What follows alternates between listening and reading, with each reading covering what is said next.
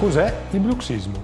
È un fenomeno complesso che sta suscitando un crescente interesse nei ricercatori di varie specialità mediche.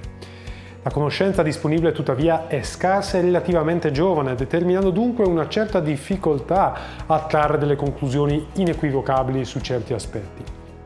Ma di cosa si tratta in particolare?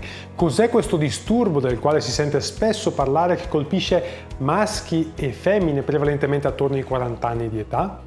Il bruxismo è un'attività involontaria e ripetitiva dei muscoli della mandibola, caratterizzata dal serramento e o dal digrignamento dei denti e o dalla pressione in una posizione della mandibola, anche senza contatto dentale.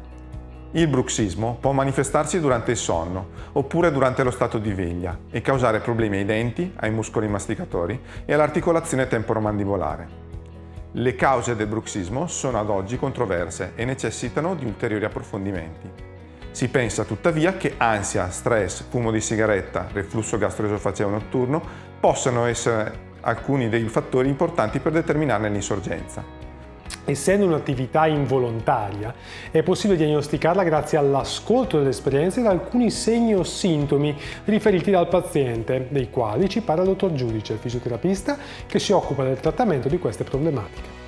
Digrignare rumorosamente i denti la notte, aspetto riferito soprattutto dal partner. Sensazione di dolore e o indolenzimento ai muscoli masticatori al mattino, svegliarsi con le mascelle serrate, serrare o digrignare i denti durante il giorno, sensazione di rigidità muscolare e problematiche all'articolazione temporomandibolare, usura dei denti. Un fattore di rischio associato a bruxismo può essere i disturbi del sonno.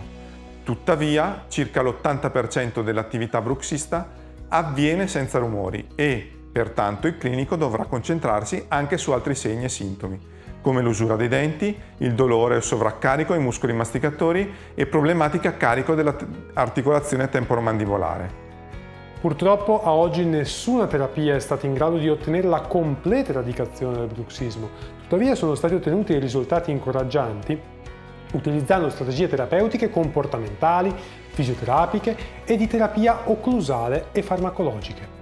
Sarà compito pertanto dell'odontoiatra valutare la necessità e le modalità di ripristino dell'usura dentale ed eventualmente proporre il confezionamento di un bite protettivo realizzato su misura per evitare un ulteriore peggioramento delle abrasioni e dell'usura a carico della sostanza dentale.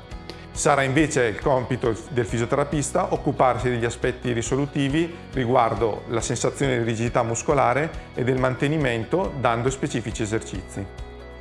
I 3 capisaldi della riabilitazione saranno: 1. L'educazione del paziente alla riduzione dell'esposizione alle attività provocative del dolore e al rilassamento progressivo della muscolatura masticatoria.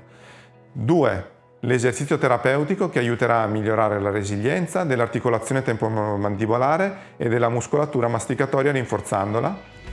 3. La terapia manuale e le terapie fisiche che aiuteranno a ridurre il dolore per poter ridurre l'attività muscolare a riposo.